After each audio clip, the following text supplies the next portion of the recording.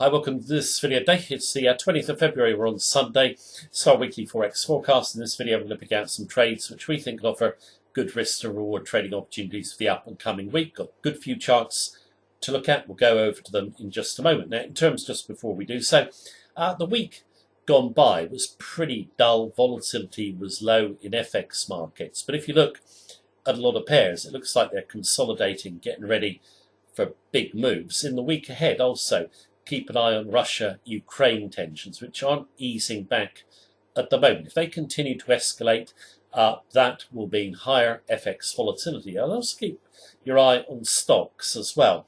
Stock markets over the last few weeks have been pretty weak, and there's warning signs that we could see accelerated selling. That will again spill over into higher FX volatility. Now, what we're going to do is go and look at the pairs, but just before we do so, always keep in mind, it is my view as of right now. It can, of course, change in line with market action and conditions. To check out all our trading techniques and also our daily technical sentiment analysis of 14 FX pairs, go to the link beneath this video. Click it and you get live access to our member center. You can also join our Facebook group of traders if you wish. Follow us on Facebook, and finally check out our Recommended Regulated ECN broker. Now, in terms of all the trade setups, just been doing updates in our member center for the weekend. I use the charts from there. So let's go over and take a look at them. Right, first chart is USD CAD. Now, in terms of anyone new to our videos, our technicals are very simple.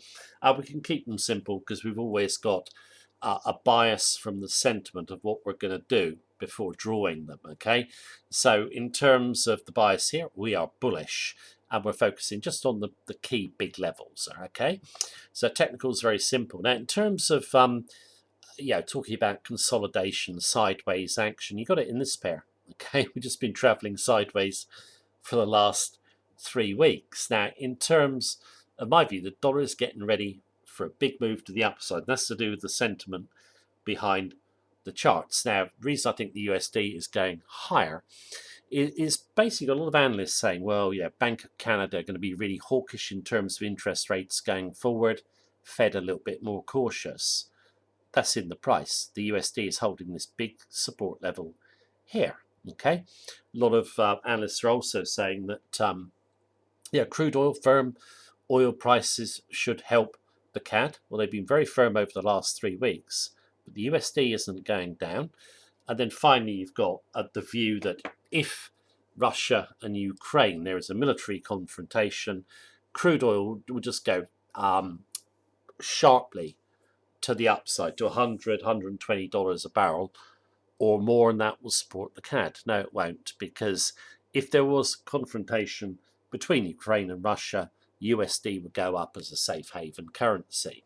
So if we do get a war, the dollar is going up. What about if we don't? Crude oil prices will break heavily to the downside and send the USD up. And I just want to show you the logic behind this. You can see this chart here from the market here, one of our favorite research sites. Upsloping trend line, come up to hit it, bang, down we go. Sharp rally, down we go. Even sharper rally, will we go down?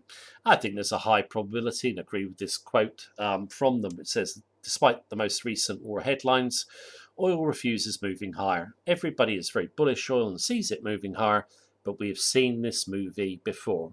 We have. Traders are bought in expectation of war. And that means the market is very vulnerable to a breakdown. Now, in terms of playing this trade, you can see our entry, we're at 127.20. We're trading around the level, just a few pips above it. I would drop a small trade in. You could do it anywhere above first level support. If we go through first level support 127, you want to buy back above the level, and then you can add if we move higher. Now on this chart, I've only got 150 pips to the daily chart highs. You can see monthly resistance up here, 130, 135. I'll go to the monthly chart in a moment. So you could drop one in, maybe add one above 128, and then go for obviously daily chart highs, 130, then 135. If I look at the monthly chart, not crude oil. What do I want? I want USD CAD. So it's a daily, a monthly. You can see we're just below this 20-month move-in average. If we break above it, 130. You can see why I've selected that level out.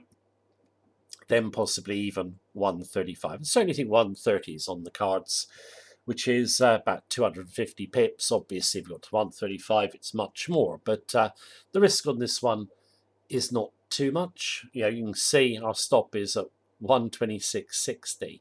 So it's 80 pips from our entry and about 100 pips from where we are now. So this one, I think, limited downside, plenty of upside. Next chart, we're going to look at Euro USD. Right, on Euro USD. Now, in terms of this pair, last week we haven't seen too much volatility, but this could pick up. Now, in terms of Euro USD, we are basically bearish. We think it's going down longer term. Everything favours the US in terms of the economy and monetary policy. But we did have this big spike up here.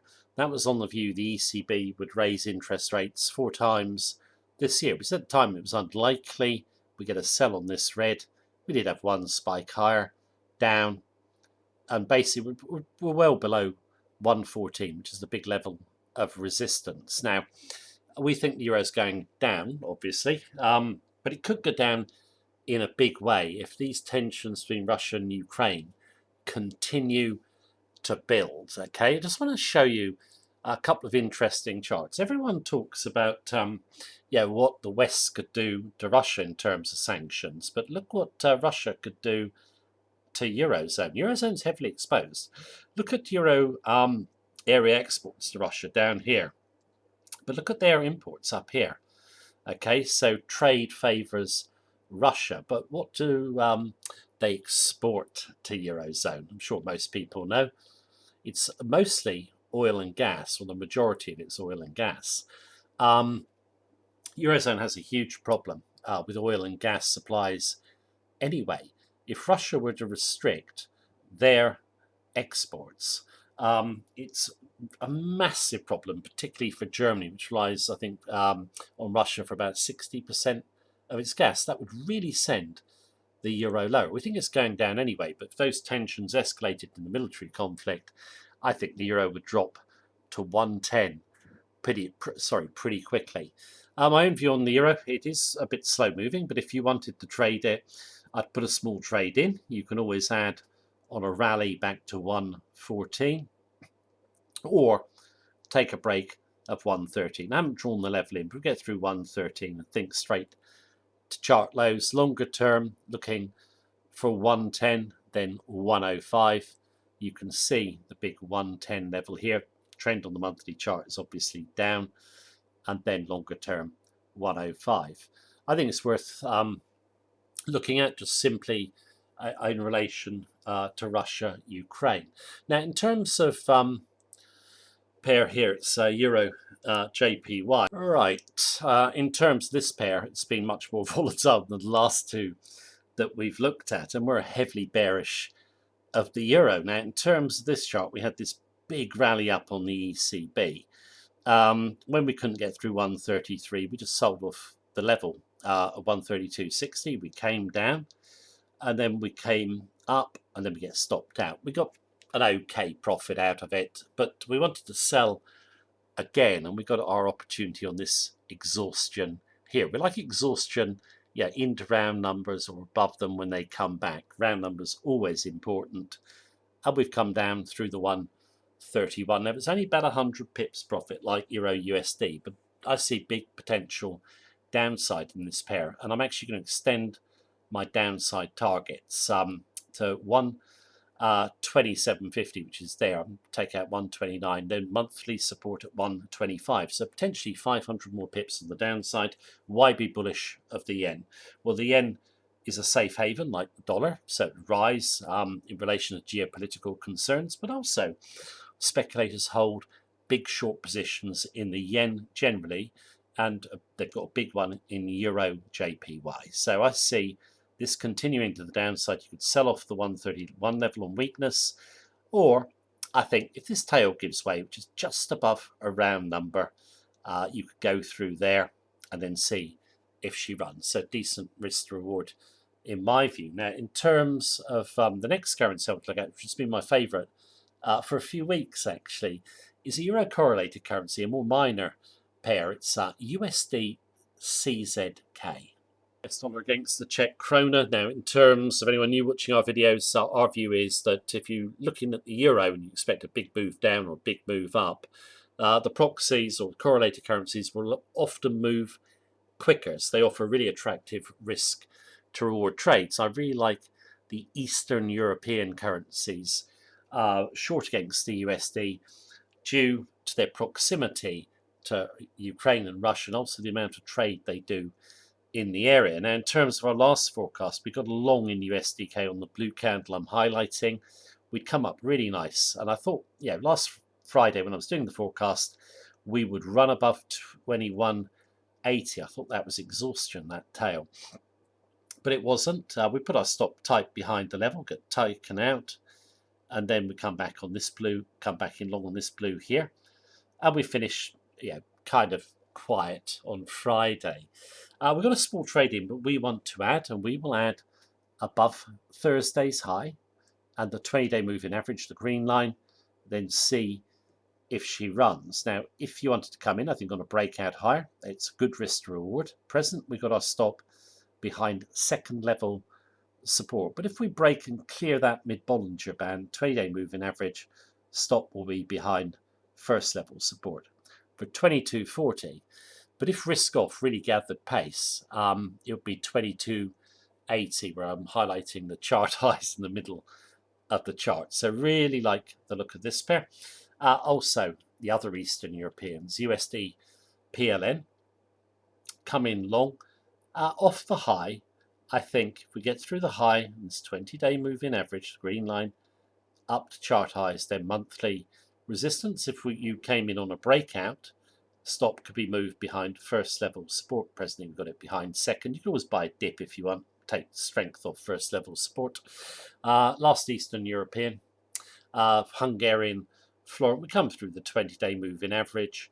It's this level here, the 316 level. Take out these two bodies here, then we should go to the upside. If we break higher, same story. You bring the stop up behind first level support. Okay, we'll look at some crosses now. I've got CAD JPY up now. In terms of, just before I discuss this pair and the other crosses, I did say I felt stock markets might weaken next week, and that would help the safe haven USD and JPY in particular. I'll go through my reasons at the end of the video after I've covered the FX pairs. Now, in terms of this pair, it is scrappy and sideways, like a lot of pairs. We've come in on the failure to break 91. So we're in at 90.80. We're just sitting above the 90.23 level. I think we're a sell or rallies back to 91. But the big level, this is where I want to add, is if we take 90 out. Okay, if we take 90 out, a large number of speculators are long. We're looking for them to get hit on stop. So hopefully we get really good downside. Okay, so it's been frustrating, but yeah, be alert for a big break to the downside in my view. Let's go to my next pair, GBP NZD. I've been bullish of this for months. We did get a really good uptrend, but recently stalled here, came down, went up again, stalled, come back to double trend line support. 202 is the big support. I think it's a buy just back through Friday's high. You can see it, 203.50. Then you stop back behind this level. I think if we get through the level, we should go up to new daily highs. You can see longer term looking for 210. So looking for this sideways action to end. If we get risk off, pound will hold up much better than the commodity currencies. Now, in terms of the next pair I like, it's not a CAD pair, GBP CAD. We've moved up nicely. We've come in at 173.20 and we closed at 173.26, above the 173 level. I think it was a big level of resistance to take out. You can see that tail can hold it there. Neither could those two or that one there. So that's looking quite bullish. If we get a higher open next week, okay, I think we'll be going up certainly to new daily highs, then longer term onto monthly resistance of 180. So I think it's a good one for position traders. So if we strengthen up next week, that will be heavily bullish in our view. What else should we look at? This is NZD CAD, and I like it because we've broken the 85 level. You can see two tails here couldn't hold, tail here couldn't hold, tail there came back, but now we've closed above the level. If we open above 85, I think that's worth a buy. And in terms of my stop, it's at 84.70. So basically 65 pips risk. So I think it's a buy. And if we start gravitating to the upside, the probability of getting to 87, I think, is quite high. The CAD, very overbought. NZD, very oversold. Where should we go next? Go to a cross. I didn't look at it earlier on in relation to the euro. Big rally up. Rolls over, we get short, and down we come. This has got a long way to go on the downside, in my view. The monthly support at 80, okay, which is down the bottom of my chart, basically. In terms of this one, I'd wait for a rally to resistance, see if it fails, and then you could come in short. I think it's a good trade for position traders. Now, in terms of stocks, let's have a quick look at why we think they could break lower next week. Someone very kindly posted it in the Facebook group. Now, in terms of this chart, it shows the yellow line. It's a longer term chart, which is the S&P 500. Then the white line here shows liquidity. You can see liquidity has just dried up. When liquidity dries up, that is a warning sign that stocks could come down. And you can see previous liquidity drops. Hopefully it's clear enough on my screen. Saw the S&P fall. So it is a warning sign. You can see the chart in our Facebook group. But in terms of the S&P, we had this big fall. Then a lot of people in the media saying buy the dip, stocks are a buy. They do come up, but then the rally just kind of fizzles out. And I think now 4,500 is the key level of resistance up here. Okay, you've also got the 20-day moving average. But if we can break 4.3, okay, so down here, I know there's some tail pokes reversed before. I don't think the S&P will come back in a hurry. What is bullish about stocks? Price earnings are at bubble levels. The fundamental backdrop is bearish. We've got a peaking global economy. Central banks are basically looking to raise rates. That's not bullish for stocks. I see a lot of people argue that it is, but this market doesn't look healthy, and it is just so overbought. So where could we go? You can see the rally from when, obviously COVID hit, came in, then central banks were the main reason this got pushed up, okay? Their support is being withdrawn. And we've got 2 red months. We should get back to the mean price, which is a 20-month moving average, so just above the 4,000 level. But I think we could fall maybe a bit further. It's hard to say because obviously this is a market that's just been so bullish. And the one thing about it is, most stock traders still don't think the Fed will let it fall. The Fed will come in, add liquidity and push stocks back up. I just don't think that will happen. There's a very interesting article here. It's on Zero Hedge, which is a really good site, about why Powell, that's Fed Chairman Powell, must crash the markets. It's a really good read. You can go over to Zero Hedge and read it. We really like Zero Hedge as a site. A lot of good info on it. Also the Marketeer, which they own. So stocks not looking healthy. Also, Russia, Ukraine could weigh on them as well.